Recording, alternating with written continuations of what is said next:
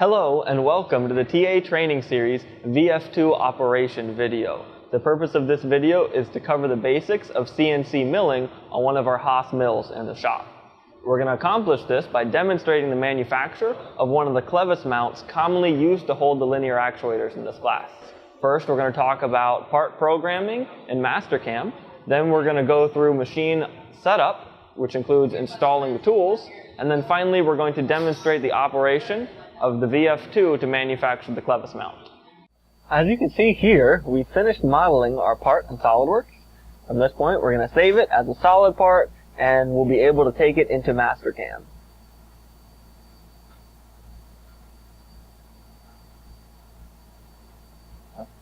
It imports into Mastercam just fine. However, we'll need to recognize some of the geometry features on the part. The easiest way to do this is go to Create, go to Curve, go to Curve on all edges, highlight the entire part, hit Enter again. This recognizes many of the curves and lines and outside features on the part so that we're able to select them. Now you want to select your machine type. Go ahead and pick the generic Haas mill. That's a 3-axis mill.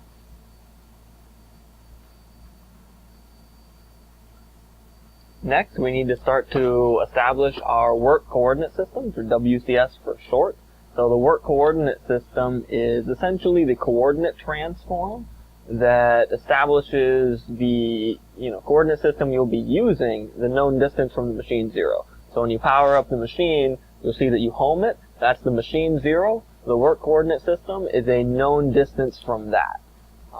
However, for this part, we need to establish our work coordinate systems on one of the corners where there's a fillet. So we won't be able to actually select a point. So what we're going to do is establish some geometry. We're going to draw two lines, have them intersect, and that's going to establish a point that we'll be able to select.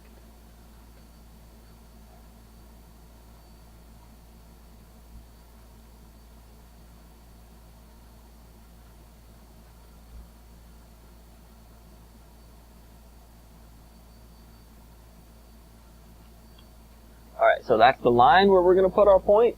At this point, go to WCS, the WCS button down at the bottom. Click on WCS by geometry. You need to establish what plane you'll be using. So select two lines on the face, and then scroll through the available options for the coordinate system until you find the one that matches with how you'll be clamping the workpiece. In this case, it's plane 7.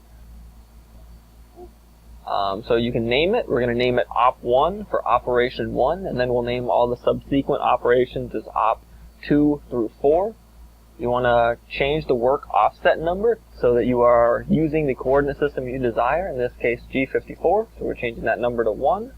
And now you can screen select what point you want for the origin. In this case, it's the point we just made. So now go to WCS again, go to Plane Manager, and change the construction and the tool plane to Op1.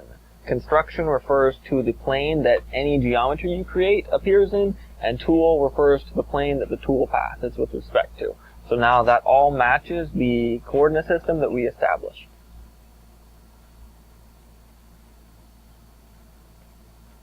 Alright, so now we're ready to start establishing our tool path.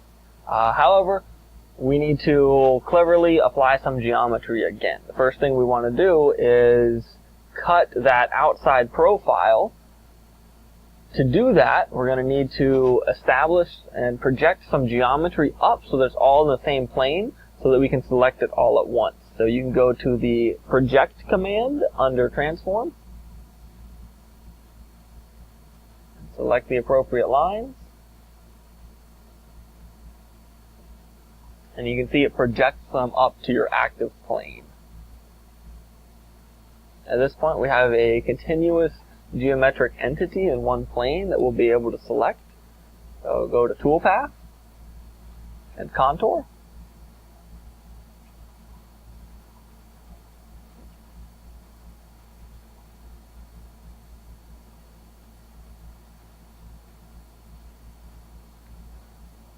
So that is the path we want for our end mill.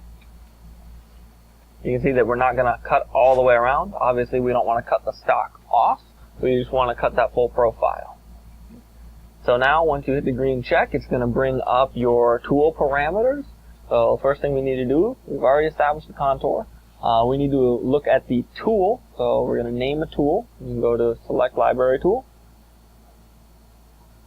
and find the 1/2 inch flat end mill. You can also scroll through that big long list.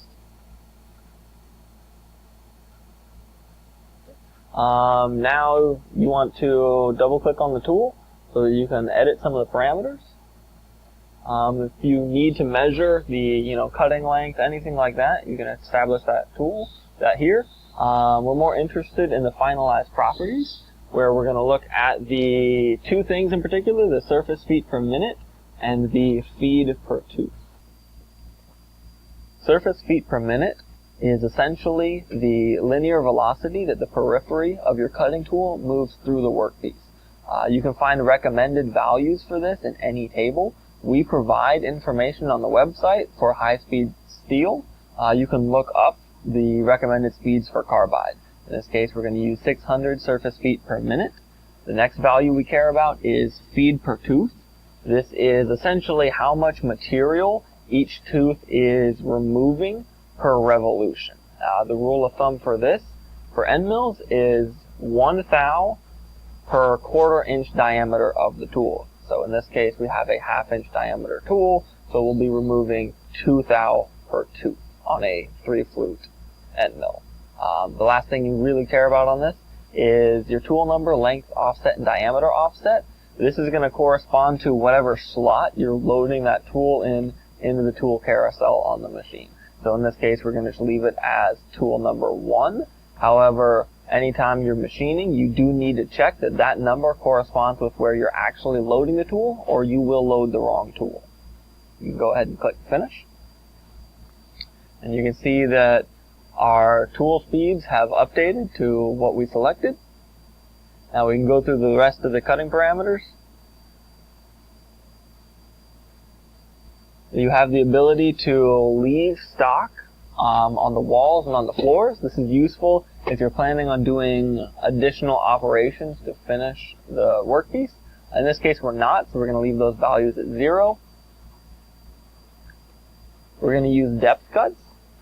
We want our max roughing step to be 150 thou. We're not going to use any finish cuts for this. That's a finish depth. We don't need to do finish depths because we're going to be coming out the bottom. We're going to need to turn lead out off, because otherwise we'll cut through either the vise or too much of the stock. We're going to shorten down the lead in parameters. The length can go to 50. That just refers to how much distance you have before you engage into the workpiece. And return the radius to 0. Breakthrough multi-passes we're not concerned about, or tabs. Or rather, we are going to put a single finish pass of 20 thou, so you do need to turn multi-passes on.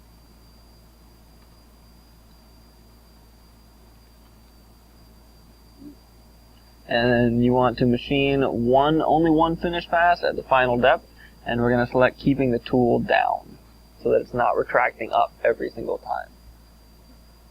Linking parameters, we're going to go ahead and select all of these as absolute.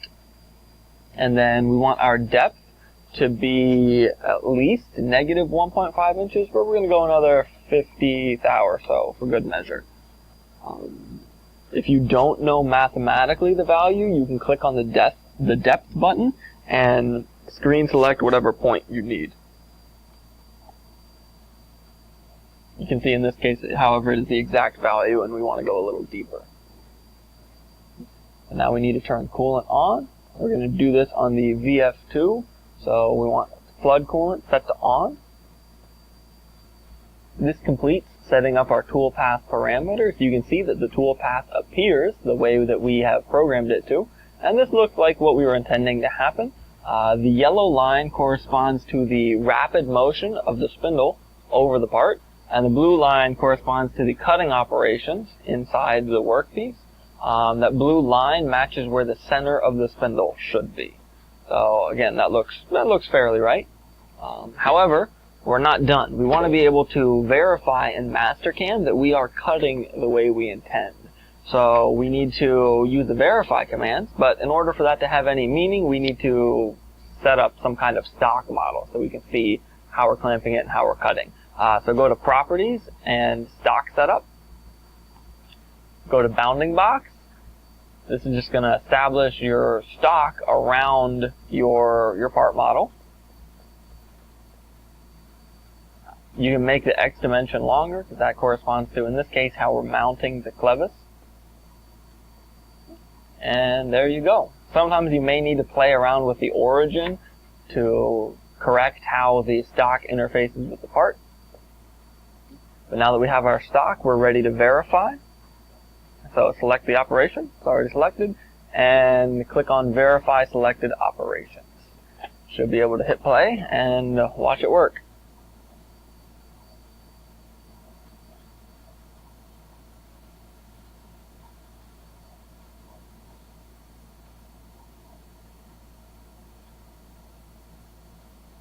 It looks like what we intended. Does the one finish pass, and there we go.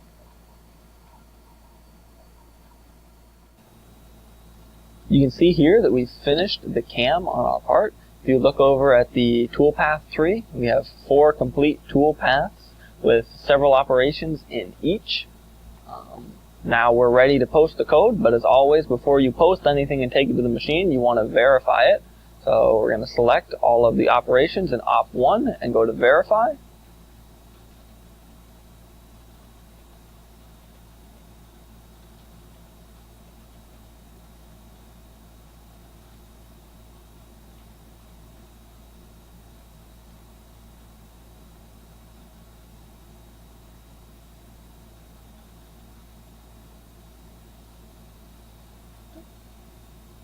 So this looks pretty much like what we want it to.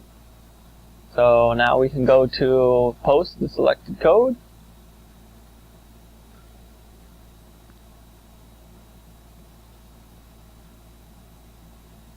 It's going to give us a warning that not all operations in the file are going to be posted. That's okay, that's what we want.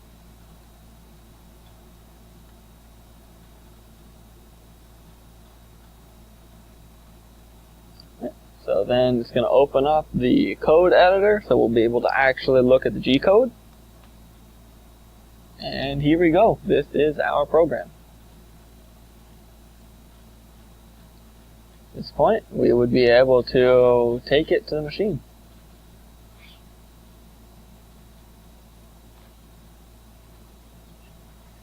So we're going to save it to one of our flash drives.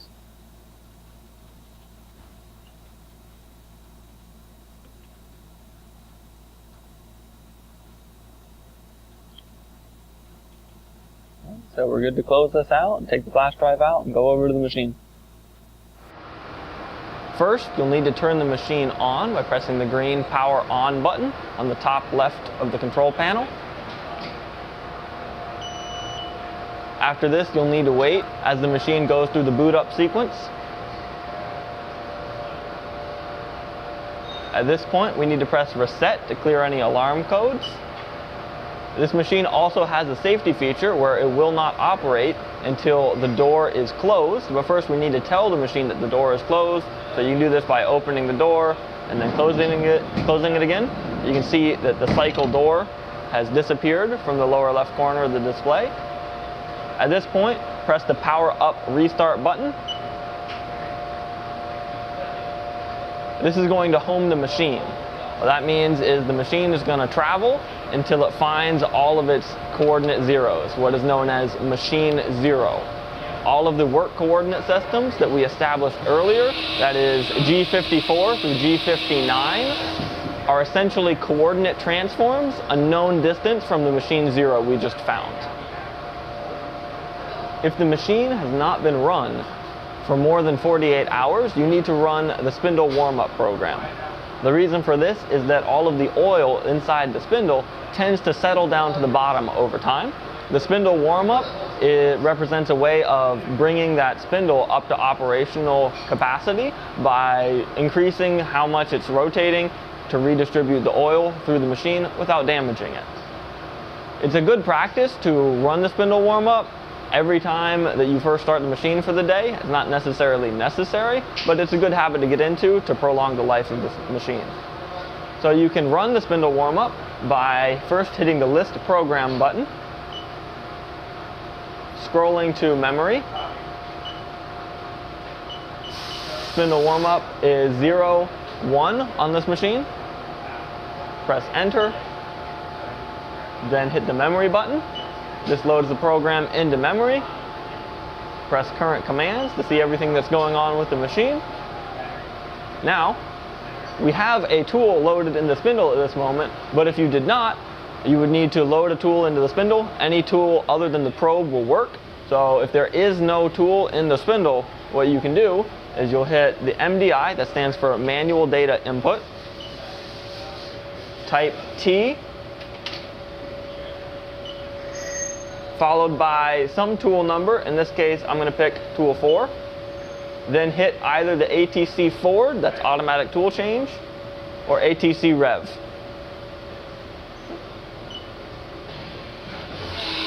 Then the machine will go through the tool change cycle.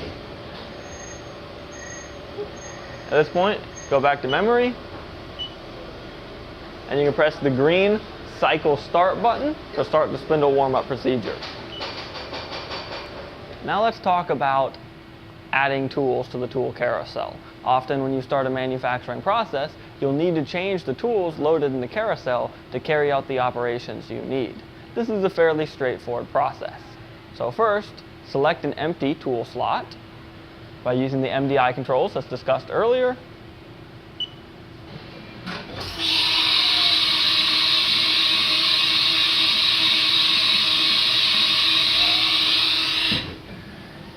In this case, I've selected tool slot 11.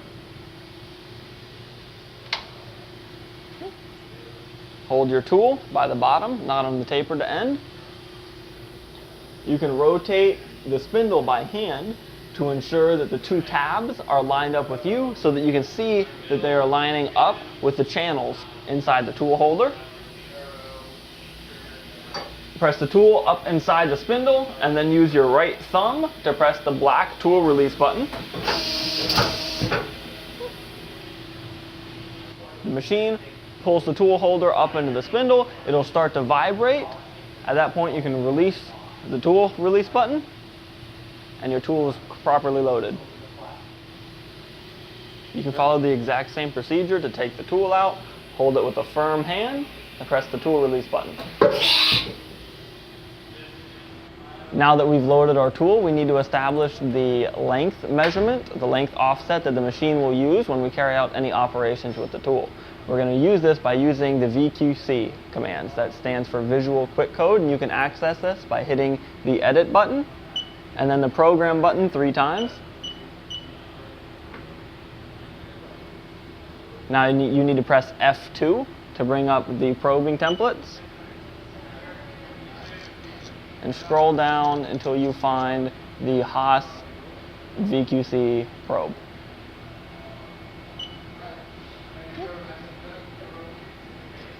Scroll down to Tool Setting. Then Auto Length Only. It's going to ask for your tool number.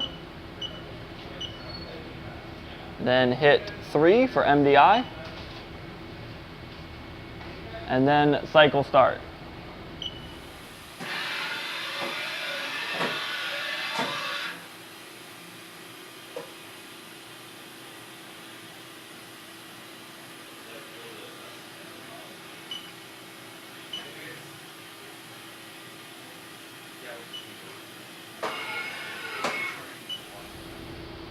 Now that we've loaded our part into the vise, we need to use our work coordinate systems to find the origin that we coded in our Mastercam software. So we can do this by first using the hand jog to bring our probe very close, within 10 millimeters of the surface that we intend to probe.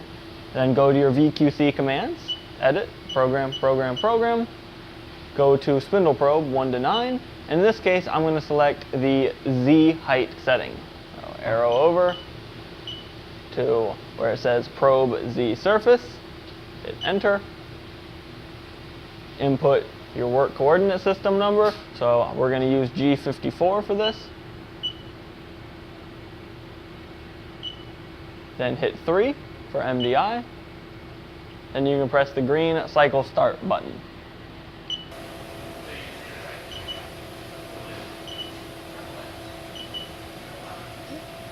Alright, so now we have probed our Z height and stored that in the Z dimension for coordinate system 54. You can check this by pressing the offset button. Press it once and it brings up your tool offsets. Press it again and it brings up your work coordinate system offsets. I'm going to arrow over to Z and G54, and that is the height that we have just probed. Then we'll use the exact same process to find our X and our Y zeros. Now, we want to verify on the machine that our code works as we intend. The safest way to do this is to manually change the Z offset so that the program can run in air several inches above the part. So we're going to run our program 2 inches above the top surface that we just zeroed. Make sure you scroll over and select the appropriate height. Now I'm going to press 2 and then point. The point is necessary to tell it not to have it incremented in thou, but rather in full inches. At this point, there's 2 options. Either press the right enter button or press F1. F1 overwrites the previous value. So if I were to press F1, the Z offset would then be +2. That's not what I want. If I press enter, you can see that it will simply add them. And then the height offset becomes -13.4 inches. You'll recall that earlier we exported our code to a flash drive. I've now put the flash drive into the CNC machine, and you can access the code by hitting the list program button, scrolling down to USB device, press the right arrow to access the device, give it a little bit to pull up the directory. In this case, I'm going to, all of these have been loaded into the machine, but I'm going to reload operation 3. So I'm going to hit enter, take it over to the memory directory, and press F2. Now, since it's already on there, it's giving me the option to overwrite it. I'm going to press no, just because I know the one that is on the machine works, and I want to make sure that there's no change to it. Now that we have all of our operations in memory, we need to load the one that we want. So I'm going to scroll down to linear actuator operation 1. You can hit the enter button or the select program button. Then hit the memory button to load it into memory. At this point, you can press edit to read your program. You're able to scroll through there. Or you can hit the current commands. You're still able to access your program, and you can also see the other information and diagnostics pertaining to what you're doing. You press the up and down arrows. You can see the coordinates in the top right corner are changing. So right now you have the work coordinates, that's G54, that's what we want. The machine coordinates and the distance to go coordinates. Distance to go is particularly important when you're verifying whether or not your code works, because that will output in real time how much the machine has to move to finish the current line of code. Now that we've done those steps, we're able to verify our program by running it in air. It's very important that you always verify that all aspects of your code work before you ever try to make any chips. So, we're ready for that now. I'm going to press the 5% rapid button to turn the rapid as slow as possible. At various points during the operation of the code, you may see that I could press the stop button, which will stop the spindle rotating, and I'd probably do that to get in close and make a measurement, or I could press the coolant off button to deactivate the automatic high pressure coolant. So those would be the 2 buttons I'll be pressing periodically whenever I'm verifying the code. Other than that, all I need to do is have one hand on the feed hold button and one hand on the green cycle start button. Press cycle start.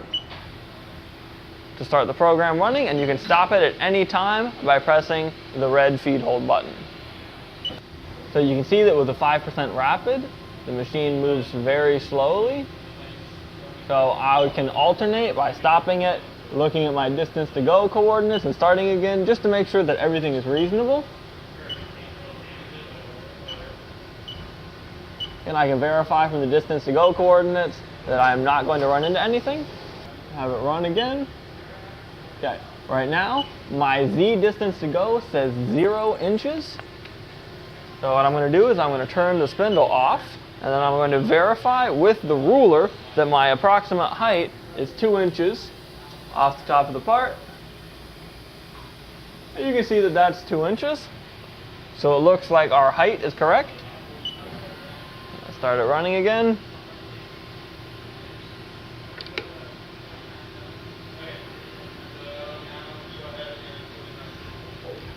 Once you finish the cutting operation, you start to move away. It's an acceptable practice to move the rapid up to 25%, especially for the tool change. Again, same thing. I'm going to alternate between looking at the distance to go coordinates and my work setup. Deactivate the coolant. Again, everything looks reasonable here. Seems to be functioning the way I wanted.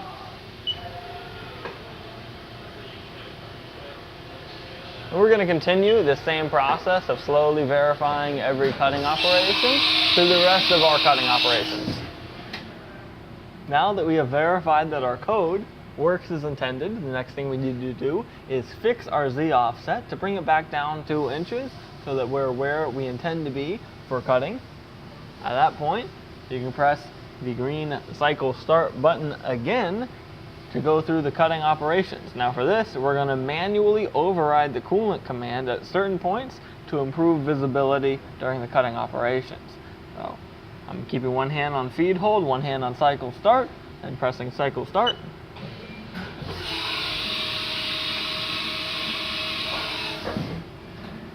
And I'm going to bring the rapid back down to 25 for the first cut.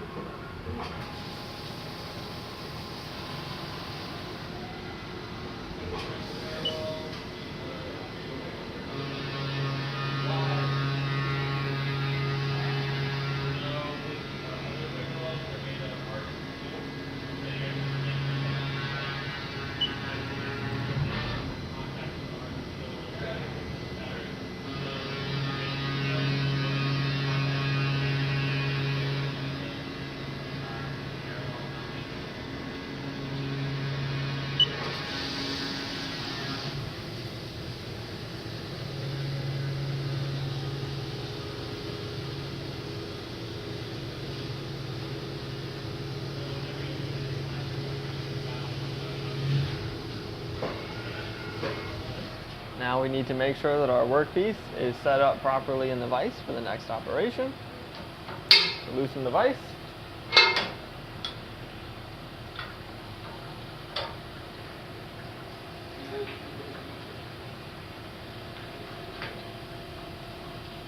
Flip it over for the next operation. Take our calipers, which we already locked to the measurement we need. Tighten down a little bit just to bring our vise slightly into contact to allow a little motion, but not enough for the workpiece to slide freely.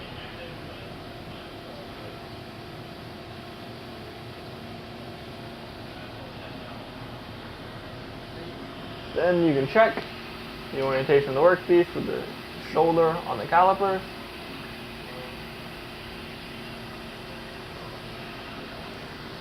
Tighten down with a little bit of force. Take the dead blow.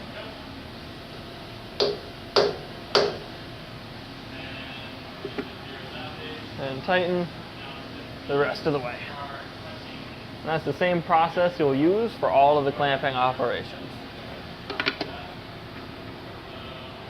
Now we're going to start machining operation 2.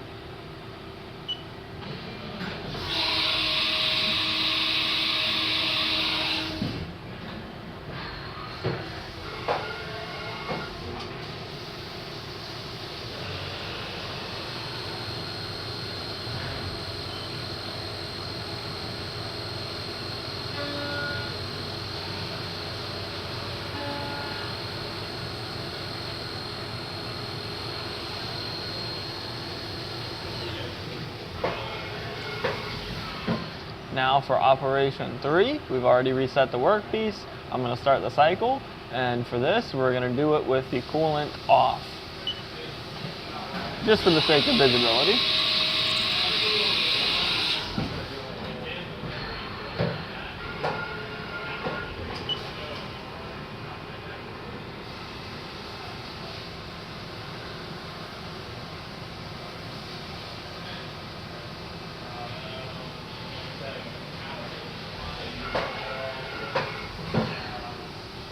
Now for the final operation, which is cutting the slot down the middle of the clevis mount.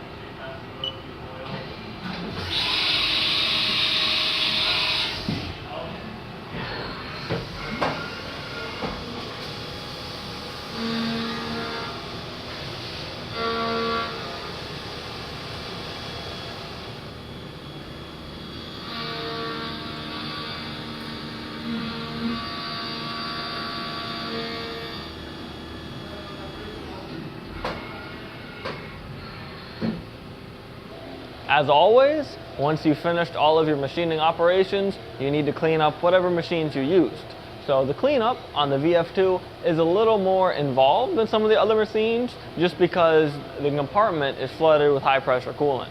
But as always, first thing you do is you take out your workpiece.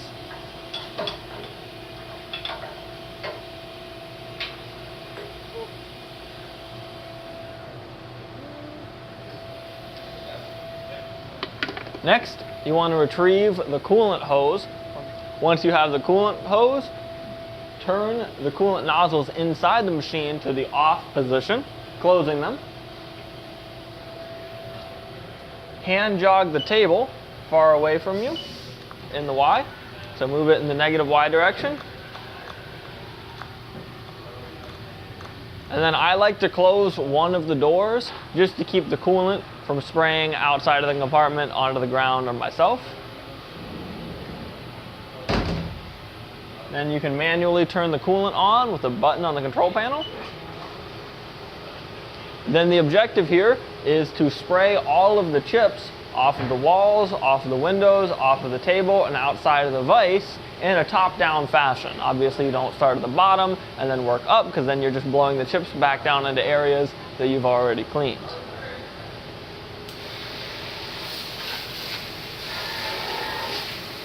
Make sure you spray out the vise and all the nooks and crannies of the table, because chips tend to pile inside of there. Continue this process until all of the chips have been washed into the trough at the lower side of the machine. When you're done spraying down the inside of the compartment, turn the coolant off and then release the remaining pressure inside the hose. Finally, return the hose to its proper location in the back of the machine. The remaining coolant residue will cause the vise to become sticky and hard to move, and it can cause some corrosion on the table. So to avoid that, we need to take the air gun and blow off the table, blow off all of the remaining coolant residue on the vise and the table, so that neither of those things happen. This part can be extremely loud, so usually you're going to want to take air protection off the top of the control panel or from elsewhere in the shop. And now I'm just going to, in the same thing, in a top-down fashion, I'm going to blow off the vise, the inside of the vise, and the table, and try to get any remaining chips out of there if I can. Now that that's done, the last thing you want to do is move the table to the middle of the x-axis travel to try to evenly distribute the weight. So hand jog, X. And finally, use the MDI commands to change the tool to an empty tool slot.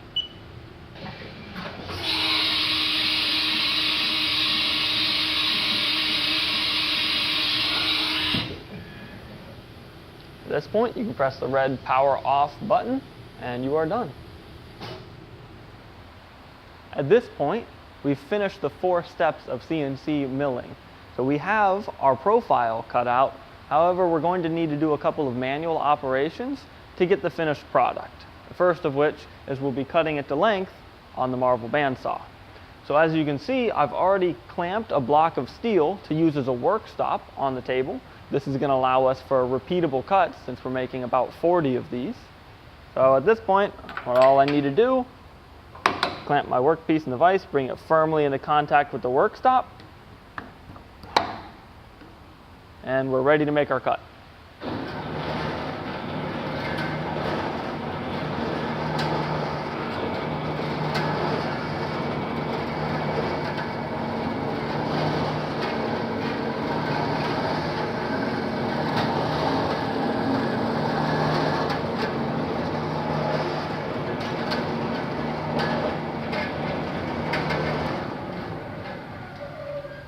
We've just taken our part off the bandsaw, and now we need to finish that surface that we just cut. We're choosing to do this on the manual mill because we know that all of our parts are going to come out the same length since we've been using the work stop. So in this case, we're going to take 1 0 and then do 1 facing pass using the auto feed. So the tool I chose for this is a 2-inch indexable face mill so that we can do 1 pass rather than multiple passes.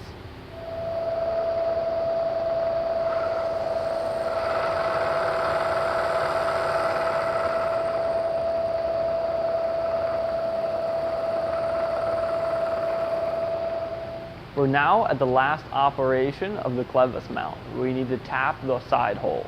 So you can see I've already clamped the workpiece in the vise, and I'm going to be using the manual tap guide to perform the tapping operation. So first let me put a little bit of oil both on the hole and then on the tap.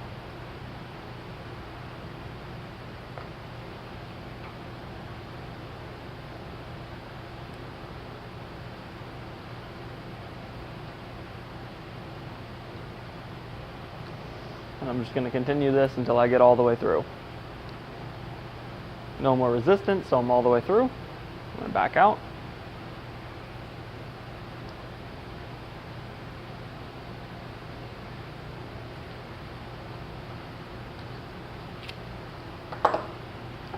And we are done. This is the clevis mount for the linear actuator.